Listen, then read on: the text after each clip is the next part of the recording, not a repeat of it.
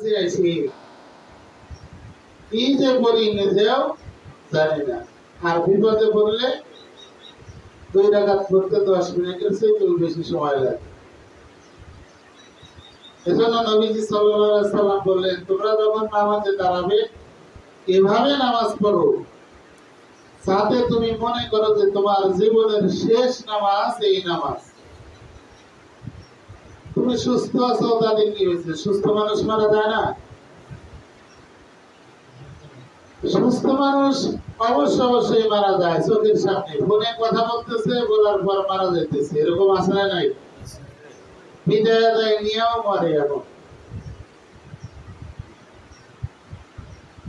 এজন্য যখনই সুস্থ থাকি আর অসুস্থ থাকি, যখনই যে অবস্থায় থাকি, সর্বক্ষণে আল্লাহ রাব্বুল আলামিনকে স্মরণ করতে হবে এবং তার বিষয়ে বেশি বেশি করে তার গোলামি করতে হবে। আর এটা যদি আমরা না করি তাহলে ইমানদারের মধ্যে থেকে আমাদের নামটা কাটা যাইতেও, কথা বলেন, পারে কি পারে না? আর কষ্ট হইলে যে আমরা আল্লাহকে স্মরণ করি, কষ্ট থেকে উদ্ধার হইলে যে বেমালুম আল্লাহকে ভুলে যাই, এই কথাটা আল্লাহ জানেন কি জানেন না?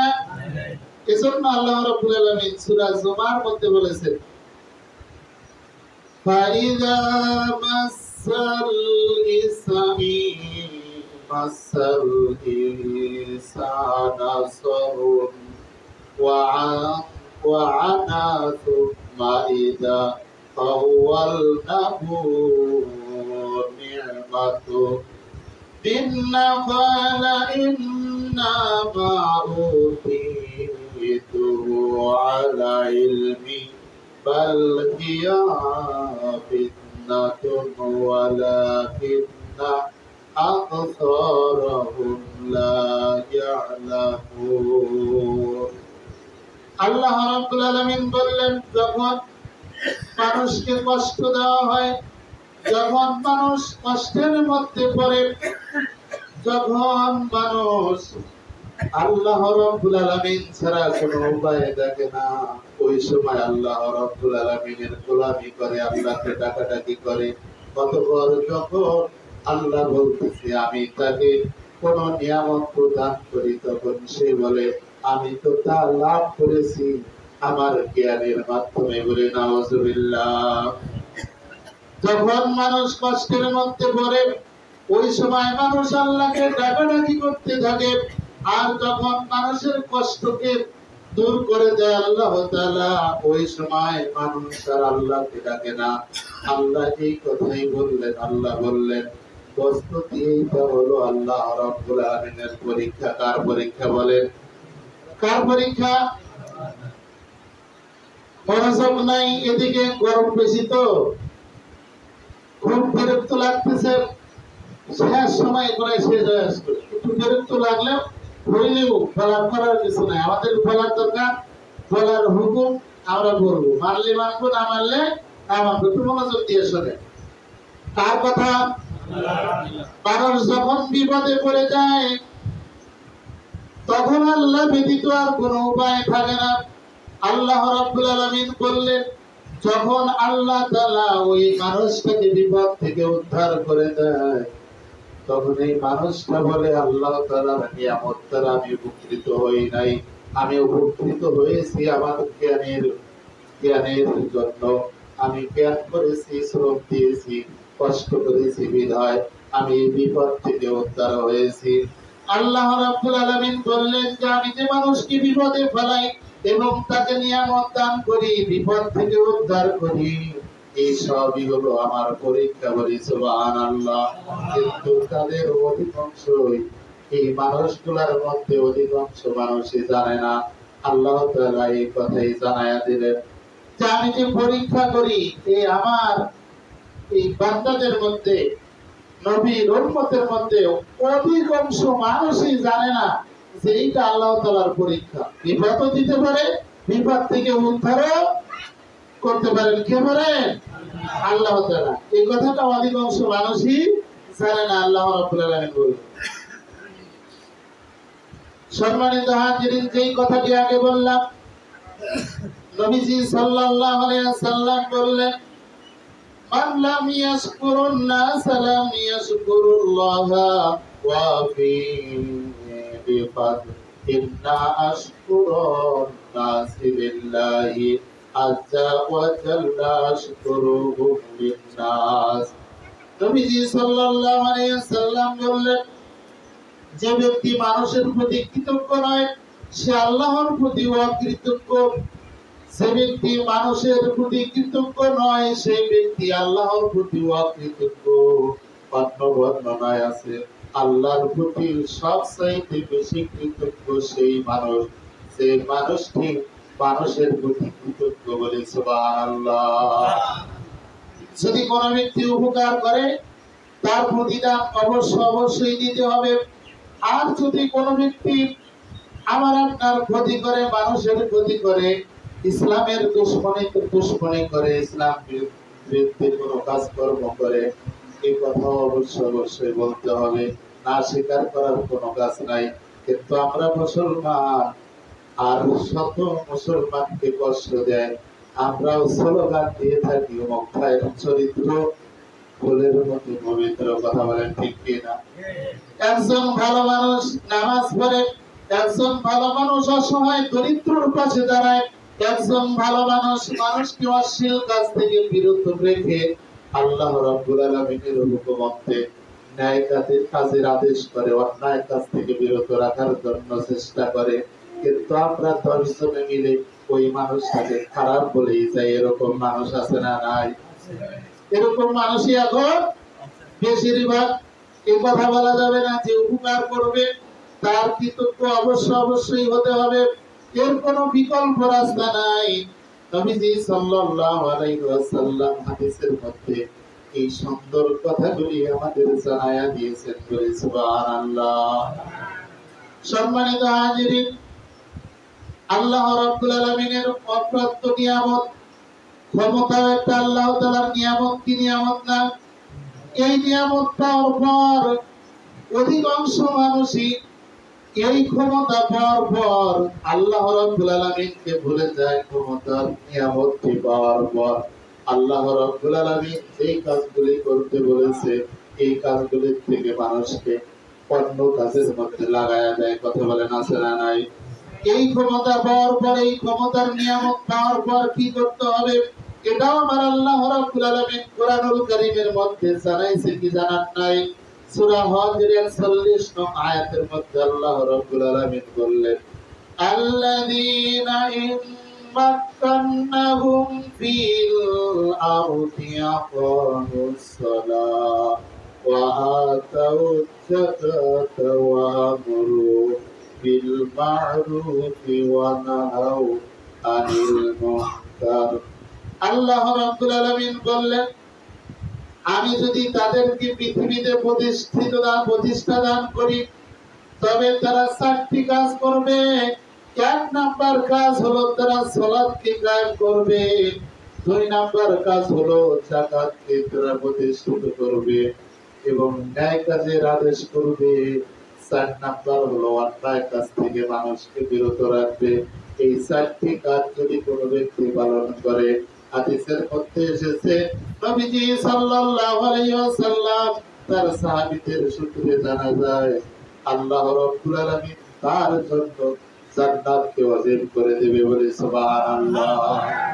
সম্মানিত হাজিরিন, এটাও দেখেন স্বাধীনতা লাভের পর আল্লাহ রাব্বুল আলামিন যাদেরকে রাষ্ট্র ক্ষমতা দান করেছে এটাও আল্লাহ রাব্বুল আলামিনের নিয়ামত। আর এই রাষ্ট্র ক্ষমতা পাওয়ার পর আল্লাহ তাআলার নিয়ামতকে অপব্যবহার করা কোনোভাবেই যাবে না। আর যদি অপব্যবহার করি, ঈমান নামক কোন বস্তু অন্তরের মধ্যে থাকার কোনো কথা না। কথা বলে ঠিক কিনা? সম্মানিত হাজিরিন, 1 নাম্বার কথাটি যে আল্লাহ রাব্বুল আলামিন বললেন সালাত কায়েম করতে হবে। যে ব্যক্তি সালাতকে কায়েম করবে, যে ব্যক্তি নিজে নামাজ পড়বে, তার সমাজ পরিবার রাষ্ট্রে যদি নামাজ যদি কায়েম করে, সালাতকে যদি কায়েম করে, আল্লাহ রাব্বুল আলামিন কোরআনুল কারীমে অন্য এক আয়াতের মধ্যে বললেন, ইন্না সালাতা তানহা আনিল ফাহশাই ওয়াল মুনকার। কারা? যে ব্যক্তি নামাজ প্রতিষ্ঠিত করবে, নিজে নামাজ পড়বে, তার পরিবার পরিজনের উপর নামাজকে বাধ্যতামূলক করে দিবে, তার সমাজে নামাজকে বাধ্যতামূলক করবে, তার রাষ্ট্রে নামাজের মধ্যে বাধ্যতা করবে, ওই সমাজের মানুষ কখনোই অশ্লীল কাজ করতে পারে না। এই নামাজ অশ্লীল কাজ থেকে মানুষকে বিরত রাখে। বলি সুবহানাল্লাহ। এই নামাজের দরকার কথা বলেন আছে না নাই? তাহলে যারা স্বাধীনতার নিয়ামত পাইছে এদেরও দরকার কথা বলেন আছে না নাই? গ্রামের মধ্যে আমরা যারা মেম্বার আমাদেরও নামাজের দরকার আছে না নাই? চেয়ারম্যানের, এমপি, মন্ত্রী, মিনিস্টার, যত বড় বড় মানুষ আছে সকলেরই নামাজের দরকার আছে। আল্লাহ রাব্বুল আলামিন ভালো করেই জানেন। বিধায় আল্লাহ রাব্বুল আলামিন চারটি কাজের প্রথম কাজটি দিয়ে দিয়েছে, নামাজকে প্রতিষ্ঠিত করতে হবে। আর নামাজ প্রতিষ্ঠিত করলে ওই দেশে দুর্নীতি বলতে কোনো জিনিস থাকবে না। বলি সুবহানাল্লাহ। দুই নাম্বার যে বিষয়টি আল্লাহ রাব্বুল আলামিন দিলেন, যাকাতকে প্রতিষ্ঠিত করতে হবে। যাকাত যদি আমাদের দেশে প্রচলন থাকতো, যাকাত যদি আমরা সকলে আদায় করতাম, গরিব মানুষ বলতে কিছুই থাকতো না। কথা বলেন ঠিক না ঠিক? এক সময় এই পৃথিবীর বুকে যাকাতের টাকা মাথার উপরে নিয়ে বস্তায় করে নিয়ে মানুষের দ্বারে দ্বারে ঘুরেছে, যাকাত নেওয়ার মতো মানুষ ছিল না। আজকেও পৃথিবীর বুকে যদি শতভাগ যাকাত প্রতিষ্ঠিত হয়ে যায়, এই যাকাতের টাকা নেওয়ার মতো মানুষ থাকবে না। মিথ্যা কথা বললাম? হ্যাঁ, যাকাতের টাকা নেওয়ার মতো মানুষ থাকবে না। অভাব অনটন দরিদ্র মানুষ অন্যায় করে, অনেক মানুষ অভাবের কারণে অনটনের কারণে আল্লাহ রাব্বুল আলামিন যাকাতকে ফরজ করে দিয়েছেন। কিন্তু যাকাত আমরা নফল হিসাবেও মানি না অনেক মানুষ আছে। হ্যাঁ, কারণের মতো যাকাত দিলেই তো সম্পদ কমে যায়। সম্পদ কি কমবে? সম্পদ আল্লাহ রাব্বুল আলামিন অনেক অনেক গুণ বাড়ায় দেবে। বলি সুবহানাল্লাহ। সম্মানিত হাজিরিন, এই যে কথাগুলো, এত আলোচনা, এত ওয়াজ মাহফিল, এত কোরআন হাদিস পড়েও আমরা কেন পরিবর্তন হই না? নামাজ কেন পাঁচ ওয়াক্ত আদায় করি না? যাকাত কেন দেই না? একটু পরিবর্তন নাই। পরিবর্তন না হলে আল্লাহর তরফ থেকে কোন রহমত আসবে? কোরআনের কথা আল্লাহ তাআলা বললেন, ইন্নাল্লাহা লা ইউগাইরু মা বিকওমিন হাত্তা ইউগাইরু মা বিআনফুসিহিম। আল্লাহ তাআলা বললেন, কোন জাতি যতক্ষণ না তাদের অবস্থার পরিবর্তন করে ততক্ষণ আল্লাহ তাদের অবস্থার কোনো পরিবর্তন করে না। আমরা যদি একটু নড়াচড়া না করি, অন্যায় কাজে আছি, অন্যায় কাজ থেকে দূরে না সরি, আমরা যাকাত দেই না, যাকাত যদি না দেই, দেওয়া শুরু না করি, আমরা অসুস্থ আছি, যদি ডাক্তারের কাছে গিয়ে চিকিৎসা না হই, যেভাবে সম্ভব না সুস্থতা অর্জন করা, একটু নড়াচড়া না করলে আমাদের এই সমাজটাকে পরিবর্তন করাও কোনোভাবেই সম্ভব হবে না। নড়াচড়া করার দরকার। কথা বলেন আছে না নাই? সম্মানিত হাজিরিন, এজন্য আমাদের সমাজে, আমাদের পরিবারে, আমাদের সমাজে, আমাদের রাষ্ট্রের শান্তির যদি কোনো আশা আমরা করে থাকি, তাহলে আমাদের একটু নড়াচড়া করতে হবে। সেই কাজগুলি যাবত করে এসেছি পরিবর্তন করতে হবে। নামাজ না পড়লে নামাজ আদায় করতে হবে, যাকাত না দিলে যাকাত দিতে হবে। গান বাজনা অশ্লীলতার কাজ থেকে আমাদের সরে ভালো কাজে আসতে হবে। নিজেকেও আসতে হবে, অন্যকেও আহ্বান করতে হবে আসার জন্য। আর আসতে পারলে আল্লাহ তাআলা আমাদেরকে পরিবর্তন করে দিবে। কথা বলেন ঠিক কিনা? আর আল্লাহ তাআলার গোলাম যদি হতে পারি, আল্লাহ তাআলার দাসত্ব যদি করতে পারি, আমরা যদি পরিবর্তন হতে পারি, আমাদের কোনো অভাব থাকবে না। এই অনাবৃষ্টির মধ্যে আমাদের ভুগতে হবে না, আবার অতিবৃষ্টির মধ্যে ফসলও নষ্ট হবে না। সব দিক থেকে আল্লাহ রাব্বুল আলামিন আমাদের প্রতি তারা খাস রহমত নাযিল করবে। বলে সুবহানাল্লাহ। সম্মানিত হাজিরিন, আল্লাহ রাব্বুল আলামিনের হাবিব আমার আপনার নবী জনাবে মুহাম্মদ রাসূলুল্লাহ সাল্লাল্লাহু আলাইহি ওয়াসাল্লাম বললেন, গুনাহ মানুষের হাতের কামাই। এই যে গজব, এটা মানুষের হাতের কামাই। যদি কোন সম্প্রদায়ের লোক অশ্লীলতা এমন ভাবে ছড়িয়ে পড়ে যে তারা প্রকাশ্যে অশ্লীলতায় লিপ্ত হয়ে যায়, তখন আল্লাহ রাব্বুল আলামিনের পক্ষ থেকে মানুষের প্রতি একটা গজব আসে। আর সেই গজবটা হলো এমন রোগ যদি আল্লাহ তাআলা দিবে, তার বাপ দাদা চোদ্দ গোষ্ঠী এই রোগের নাম শোনে নাই। এরকম রোগ আসছে কি আসে নাই? কথা বলেন, আসছে কি আসে নাই? এই কারণে আসছে, অশ্লীলতা নিজেরাও করি, গোপনে করি, প্রকাশ্য করা শুরু করে দিয়েছে। বিধায় আল্লাহর পক্ষ থেকে এই গজব আসবে।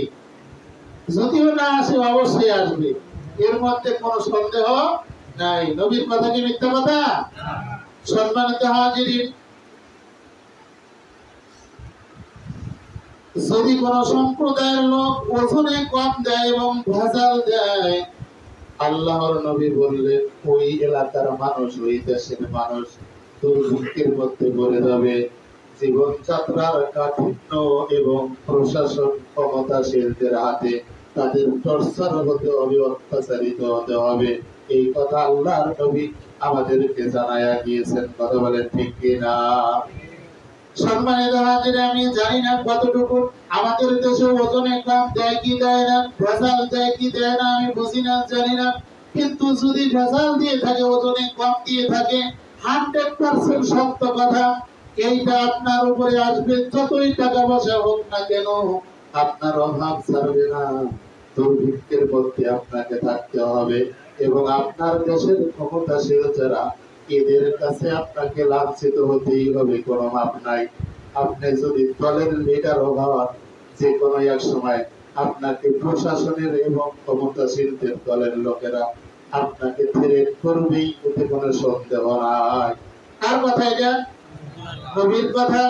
সম্মানিত হাজিরিন, দেখেন আল্লাহর নবী বললেন, যদি কোন এলাকার কোন কওমের লোক যাকাতকে বাদ দিয়ে দেয়, ওসরকে বাদ দিয়ে দেয়, ওসর কি জিনিস বোঝে না, যাকাত কি জিনিস, সম্পদ কমে যাবে বলে বুঝেও না বোঝার ভান করে থাকে, ওই এলাকার মধ্যে অনাবৃষ্টির গজব আল্লাহর তরফ থেকে আসবে। কার তরফ থেকে আসবে?